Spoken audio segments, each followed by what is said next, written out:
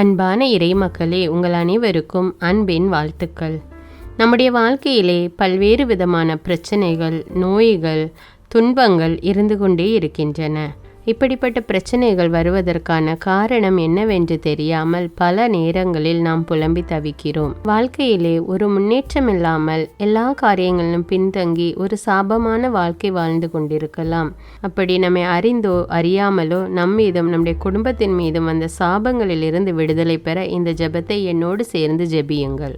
நம் ஆண்டவராகிய இயேசு கிறிஸ்து நம்முடைய சாபங்களை எல்லாம் சிலுவையிலே சுமந்து நமக்கு விடுதலை பெற்று தந்துவிட்டார் என்ற நம்பிக்கையோடு இந்த ஜெபத்தை ஜெபியுங்கள்.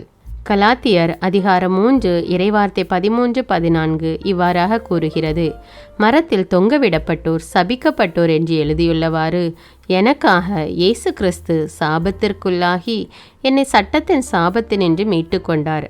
அப்ரஹாமுக்கு கிடைத்த ஆசி இயேசு கிறிஸ்துவின் வழியாய் எனக்கு கிடைக்கவும், வாக்களிக்கப்பட்ட தூய ஆவியை நான் நம்பிக்கையின் வழியாய் பெற்றுக்கொள்ளவுமே இவ்வாறு செய்தார்.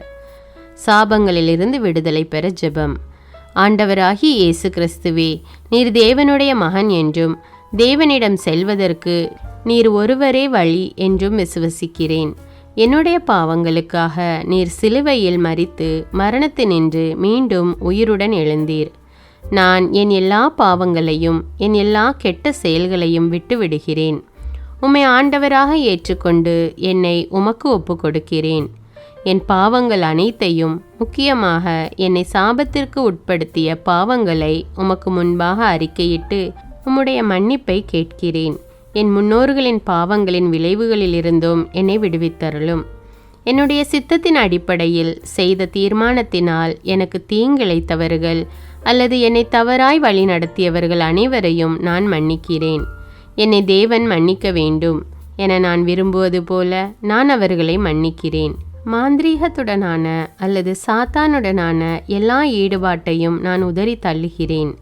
நான் ஏதாவது மந்திர தொடர்பு பொருட்களை வைத்திருந்தால் அவைகளை அழிப்பதற்கு தீர்மானிக்கிறேன். சாத்தான் என்மேல் உரிமை பாராட்டுதலை நான் ரத்து செய்கிறேன். ஆண்டவராகிய இயேசுவே, என்மேல் வரக்கூடிய எல்லா சாபங்களையும் சிலுவையில் நீர் உம்மேல் சுமந்து தீர்த்தீர் என்று நான் விசுவசிக்கிறேன். ஆகவே ஆண்டவராகிய இயேசு கிறிஸ்துவே, உமது நாமத்தில் என் வாழ்வில் உள்ள எல்லா சாபங்களிலிருந்தும் நீர் என்னை விடுவிக்கும்படி வேண்டுகிறேன். விசுவாசத்தின் மூலம் என் விடுதலையை இப்பொழுது பெற்றுக்கொள்கிறேன். அதற்காக நான் உமக்கு நன்றி செலுத்துகிறேன். ஆமேன். நம்முள் வல்லமையோடு செயல்படுபவரும் நாம் வேண்டுவதற்கும் நினைப்பதற்கும் மிகவும் மேலாக அனைத்தையும் செய்ய வல்லவருமான கடவுளுக்கே திருச்சபையில் இயேசு கிறிஸ்து வழியாக தலைமுறை தலைமுறையாக என்றென்றும் ஆட்சி உரித்தாகுக. ஆமீன். இயேசுவின் பரிசுத்த இரத்த அபிஷேகம். ஆண்டவராகிய இயேசு கிறிஸ்துவே, உமது பரிசுத்த நாமத்தின் வல்லமையினாலும் உமது அருள்வாக்கின் வல்லமையினாலும் உமது 5 காயங்களின் வல்லமையினாலும் கல்வாரியில் நீர் சிந்திய இரத்தத்தின் வல்லமையினாலும் நீர் சிலுவையில் பெற்றெடுத்த மகிமையினாலும் உம்மை நோக்கி ஜெபிக்கின்ற என்னையும் என் குடும்பத்தையும் என் தாய் தந்தை சகோதர சகோதரிகள் கணவன் மனைவி பிள்ளைகள் மற்றும் உறவினர் அனைவரையும் நான் தங்கியிருக்கும் வீடு பணி செய்யும் இடம் எனக்குரிய நிலம் சொத்து அனைத்தையும் இந்த இடத்தையும் இந்த இடத்திற்கு கடந்து வருகின்ற எல்லா மக்களையும் இயேசு கிறிஸ்துவின் வல்லமையுள்ள நாமத்தினால் கட்டி ஜெபிக்கிறேன். இறை வார்த்தையினால் கட்டி ஜெபிக்கின்றேன். இயேசு கிறிஸ்துவின் இரத்தத்தினால் கட்டி ஜெபிக்கின்றேன்.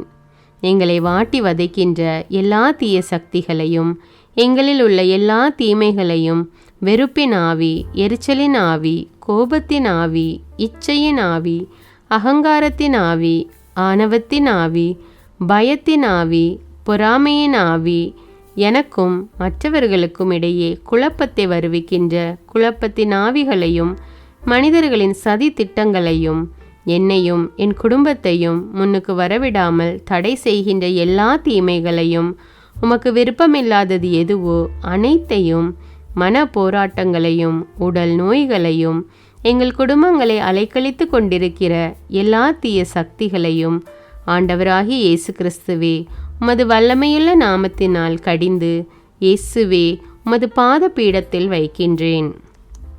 என் பாவங்கள், சாபங்கள், பலவீனங்கள், நோய்கள், தீயவனின் தாக்குதல்கள் எல்லாவற்றையும் இயேசுவின் மகா பரிசுத்த இரத்தத்தால் கடிந்து, இயேசுவே உமது பாதத்தில் வைத்து மிதித்து பாதாளத்தில் தள்ளி சுட்டெரித்து நிர்மூலமாக்குகிறேன்.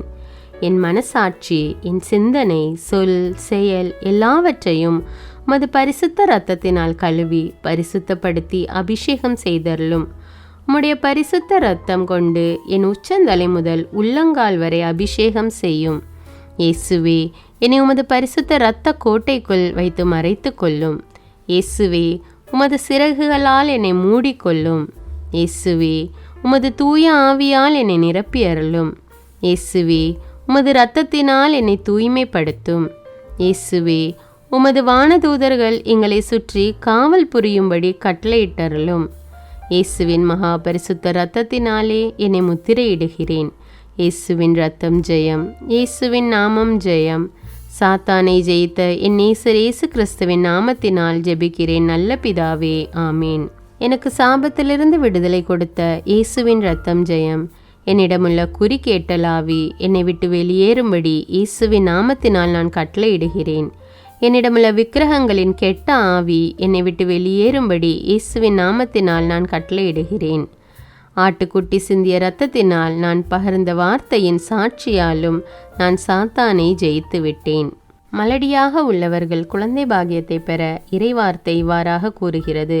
திருப்பாடல்கள் 113:9. மலடியை அவள் இல்லத்தில் வாழ வைக்கின்றார். தாய்மை பேறு பெற்று மகிழுமாறு எனக்கு அருள்கின்றார். அல்லேலூயா. ஏசாயா 66:9. பேறுகாலத்தை ஏற்படுத்திய நான் மகப்பேற்றை தடை செய்வேனா என்கிறார் ஆண்டவர். மகப்பேற்றுக்கு காரணமான நான் கருப்பையை அடைத்து விடுவேனா என்கிறார் உங்கள் கடவுள். நீதித்தலைவர்கள் 13:3. ஆண்டவரின் தூதர் எனக்கு தோன்றி, நீ மலடியாயிருந்ததால் இதுவரை குழந்தை பெற்றெடுக்கவில்லை. ஆனால் இனி நீ கருவுற்று ஒரு மகனை பெற்றெடுப்பாய். பணப்பற்றாக்குறையிலிருந்து மீள இறைவார்த்தைகள். 2 கொரிந்தியர் 9:8. ஆண்டவர் இயேசு என்னை எல்லா நலன்களாலும் நிரப்ப வல்லவர். எந்த சூழ்நிலையிலும் எப்போதும் தேவையானதெல்லாம் எனக்கு தருவார்.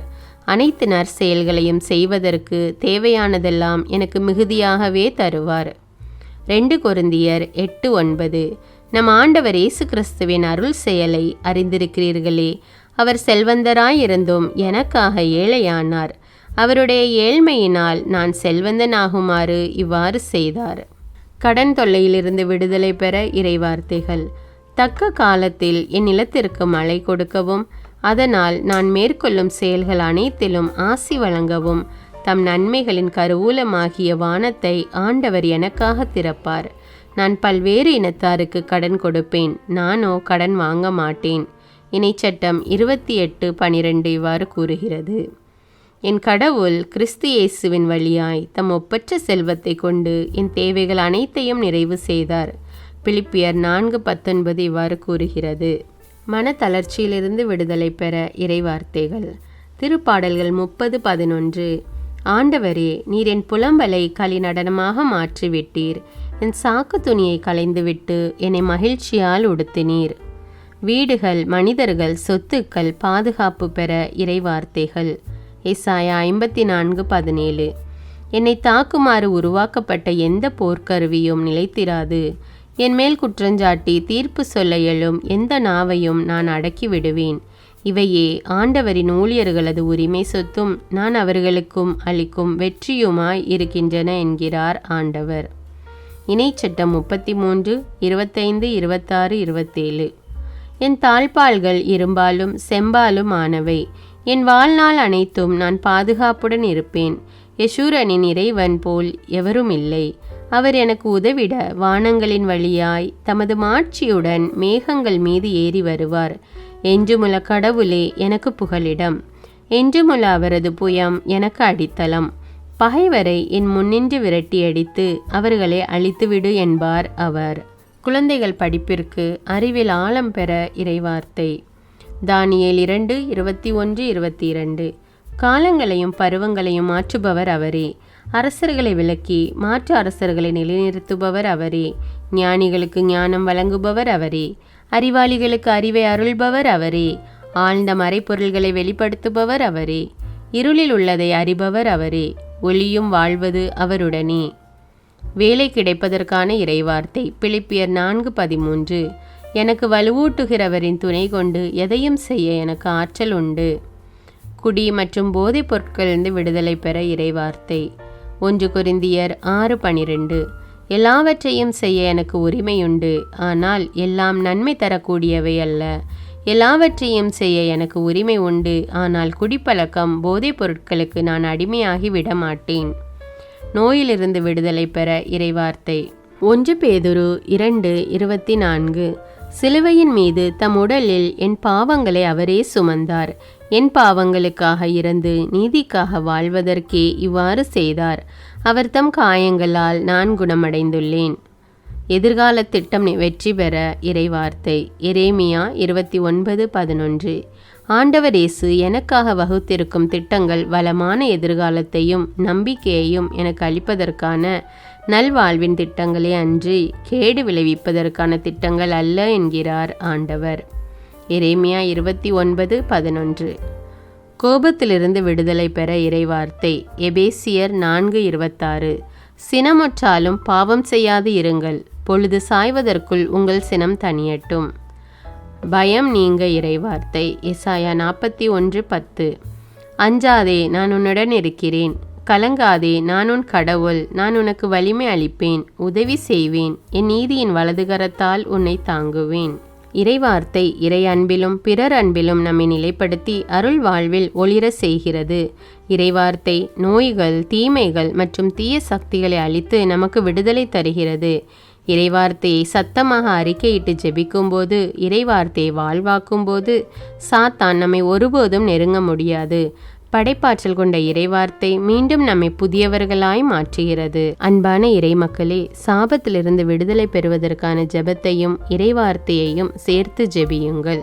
இந்த ஜெபத்தின் மூலம் நீங்கள் நம்முடைய ஆண்டவராகிய இயேசு கிறிஸ்துவிடமிருந்து பெற்றுக்கொண்ட நன்மைகளை எனக்கு கமெண்ட்ஸில் தெரியப்படுத்துங்கள்.